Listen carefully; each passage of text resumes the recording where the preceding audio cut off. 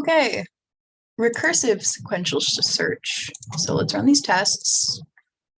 Again, this is the recursive version, looking good on the tests, and the timing is also passing.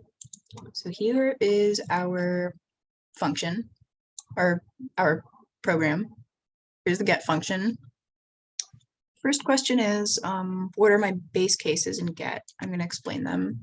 So here's my recursive case. So all the ones we're going to be referring to are right here.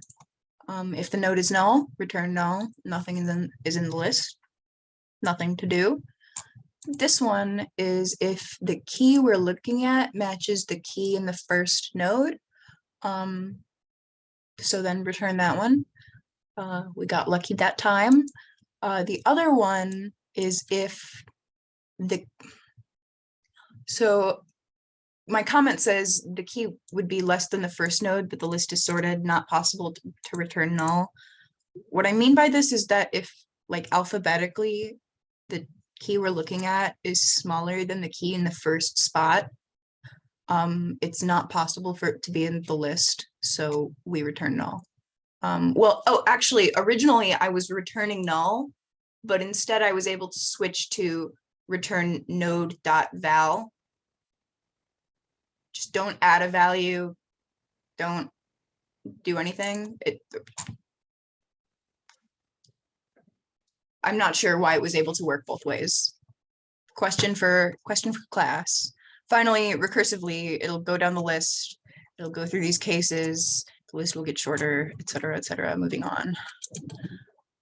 Put. How do I avoid searching through the entire list? Okay, so put. The way that I avoid searching through the entire list is through recursion. So first it'll, go through all these cases, a case if there's no keys, a case if the first key is the same as the new key, if a key can't be in the list, all that. So it's going to go through these, and the list will get smaller and smaller and smaller as these go down. So then when I recursively call it, the list has been shortened, so we don't have to look through, traverse the whole list.